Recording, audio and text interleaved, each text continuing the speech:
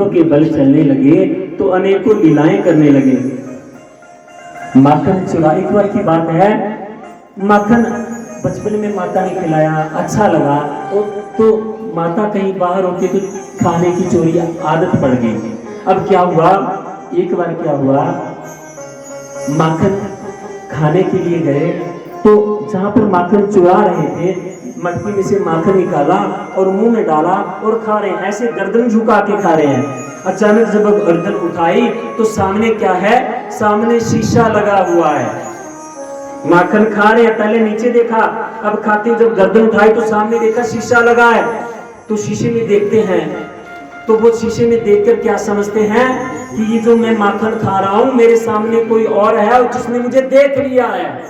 तो वो क्या कहते हैं, अरे भाई ये ना मैं माखन खा रहा हूं, मैया को मत बताना, ऐसा कर थोड़ा सा मैं तुझे भी देता हूं, ये तू भी ले ले, लेकिन मेरी मैया को मत बताना कि मैंने माखन खाया है। अच्छा, तुरंत अभी ऐसी बातचीत चल रही थी, तुरंत मैया बाहर से आई, अरे लल्ला कहां पे है। अब देखा कि मैया आ गई, एकदम हाथ पीछे कर रहे हैं, लेकिन तुरंत माता अंदर आई, अच्छा तू चोरी चोरी माखन खा रहा है। अरे नहीं मैया, मैं माखन नहीं खा रहा हूं। कहते तो फिर तुम्हारे हाथ में माखन लगा हुआ है। मैया माखन नहीं लगा, इधर आओ जल्दी। पास में बुलाते हैं और सामने खड़े होके मटकी की कहते वो सामने देखो, मैं माखन नहीं खा रहा हूं, वो जो सामने है ये माखन खा रहा था। और जब मैंने देखा ये मटकी में से माखन निकाल रहा है तो मैंने तुरंत भाग के आया, इसको पकड़ा और इसको हटाने लगा। अच्छा वो तो ठीक है, ये बता तेरे हाथ में माखन कैसे आया। मैया ये पीछे हटता रहा था, इसने तो दोनों हाथ मटकी में डाले हुए थे, मैंने इसके हाथों को खींचा तो इसके हाथों से माखन मेरे हाथों में लग गया। अच्छा मैया कहती सच में। अरे मैया और बताऊं, अगर मैंने इसको देख के गुस्सा किया तो ये भी गुस्सा करने लगा, मैंने इसको हाथ दिखाया कि मारूंगा तो ये भी मुझे मारने के लिए कहता कि मैं भी तुझे मारूंगा। मैया मैं तो बहुत डर गया, इसलिए मैं तो इस माखन की मटकी में छुपने लगा था। अच्छा लल्ला मुझे पता लग गया कि तू कौन है। कहते ना होनहार बिरबान के होत चिकने पात, कहते हैं मुझे बातों में बहला मत। अच्छा नहीं मैया देख, मैं झूठ नहीं बोल रहा हूँ, मैं सच बोल रहा हूँ। अच्छा चल कोई बात नहीं, माखन खाना है तो मुझसे मांग लिया कर, ऐसे माखन झूठा मत किया कर। अच्छा ठीक है मैया, मैं झूठा नहीं किया करूंगा।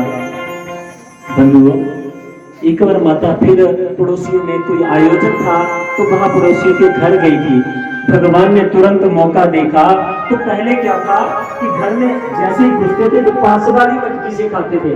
अब देखा कि माता आ जाती है तो अंदर चले गए और अंदर जाके जो दूर है मटकी उसमें से माखन चुराते हैं। तो चुरा रहे थे माखन, तो जैसे ही मैया आई, मैया बोल गया देख लगा तो फिर माखन खा रहा है, फिर माखन चूसा कर दिया।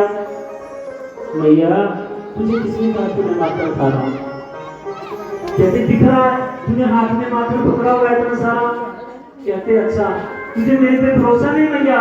कहते भरोसा तो तब करना जो देखा ना हो, आंखों देखा है तो सामने दिख रहा है तू माखन चुरा रहा है। मैया तेरे हाथ में जो चोट लगती है या हाथ जल जाता है तो क्या करती हो। तो मैं माखन लगाती हूँ।